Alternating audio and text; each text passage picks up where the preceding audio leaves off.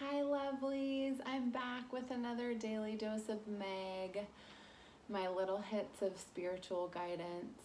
Thank you so much for being here, and please feel free to like, share, and subscribe to my channel. Without further ado, let's dive in to the topic for today, which is protecting our own energy. This is huge. This is probably the most important mantra personally that I live by, pre-pandemic and beyond. But now more than ever, in the unknown and experiencing this all for the first time, we as a collective really, really need it. And imagine yourself as a big sponge, soaking up every single sliver of energy and attitude around us, whether it's family and friends that we're quarantining with, or the grocery store clerk checking us out, to the drivers on the road when we are venturing out into the real world.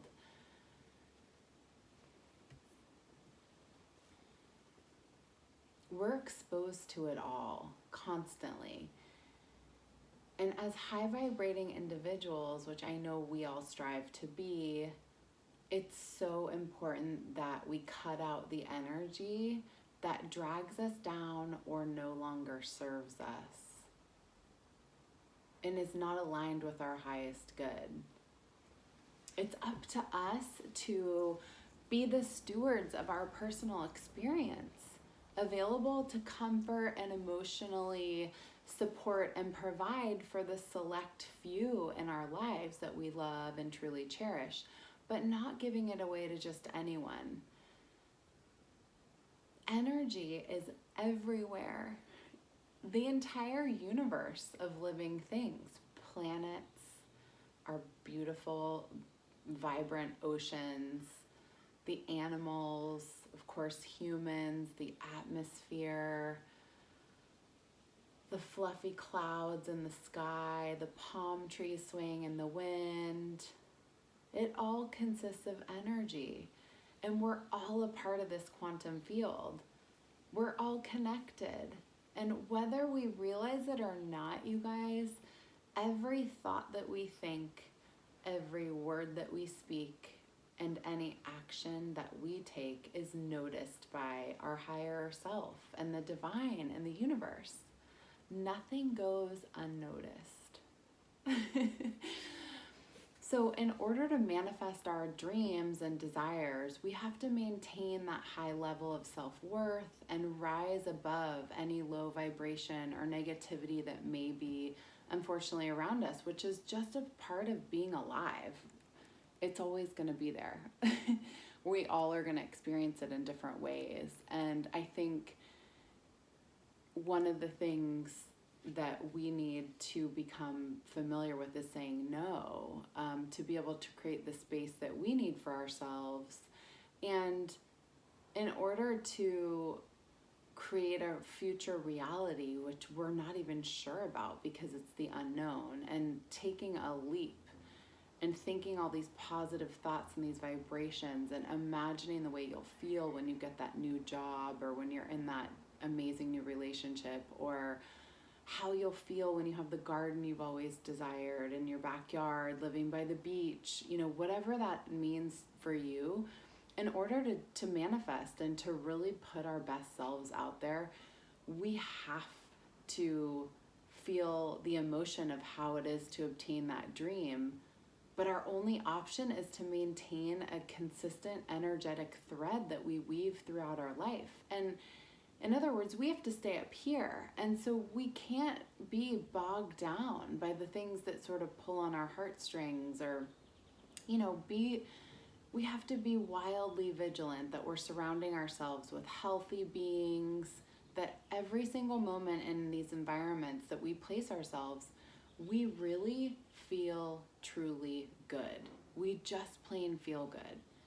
If going on a walk in nature feels good and maybe not, less interaction with people, that's okay, do it. If you want to get on a Zoom call with, a group of your coworkers or friends or family, and you're feeling a sense of comfort, do it.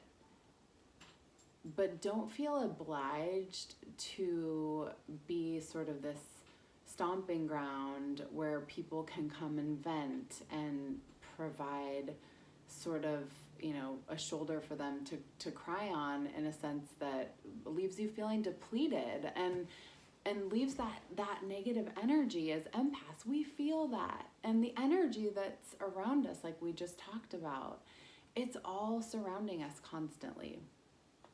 So we can't help but absorb that. And I like to say, as the Queen of Swords in tarot represents, air energy is like intellectual, and she's the queen, and swords is actually crystal clear communication. And I love the visual on the card, and it's basically the sword cutting away, trimming all the areas that no longer work for this person that she's evolving into. And she's able to speak her truth. She's able to articulate and communicate clearly. And she's also able to flex the muscle of saying no. Because guess what? We have to be able to say no. It's essential. It's essential to us being able to balance. The life we live is driven by the higher power and inner voice within ourselves. And it's shining bright to lead the way. So our mission each day is to follow it and what's best for our hearts and ourselves. And now what may seem best to someone else, or how you may have fitted into their world, may not resonate with you anymore. The past is over, and it serves as a point to reflect, and surely in terms of where we've been and understanding the journey. But emotionally, we're focusing on the present and being here now, in this very moment, today, right here. And to get fiercely, wildly passionate and excited about the future that you're ready to receive, right? Ready to bring it in. And so when you fit into perhaps an old mold of somebody that is an outdated paradigm that you no longer relate to, it can be frustrating. So I think for each of us, the recipe is clearly different, because we're all unique individuals and we're on our own path. And they shift depending on our soul purpose and what our life goals are.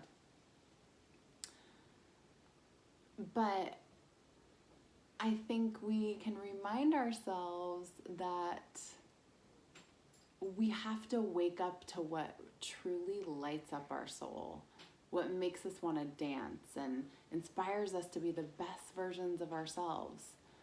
Because when you find things that make you feel good and happy, you should do them as often as you can.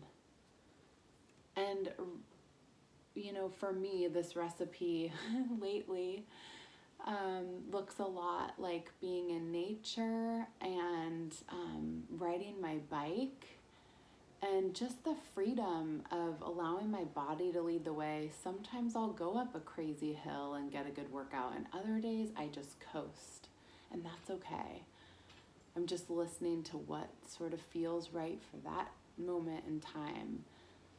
Plant-based recipes and having a little structure, I think for me feels good. I'm a very production-oriented person, and I always have been, given my professional life. And I think as we go through this turmoil that we're all in right now, especially emotionally, we have to listen to the little cues within ourselves. Even just watching the sunset at night, no two ever look the same, and the colors are always fascinating and inspiring to me. I just see these tie-dyes and orange sherbet colors, and I want to come home and paint something that color. Like, it just really gets my creative juices going. And of course, I love to paint, or perhaps draw, anything creative, making cards. I've been sending a lot of snail mail lately because that makes me feel good. And not just because I want to have a perfectly art-directed card that I made and the color and design principles are correct. I mean, it's not that at all. It's that I really want to make something with love from my heart and send it to my grandmother or to my mom. It was just my parents, my mom and stepdad's anniversary, and I sent them a card. It's the little things that make you feel good. So stay true to yourself, your deepest desires, and your path. Expending energy in the places that are most effective to propel you, not anyone else, but you, forward to your future self.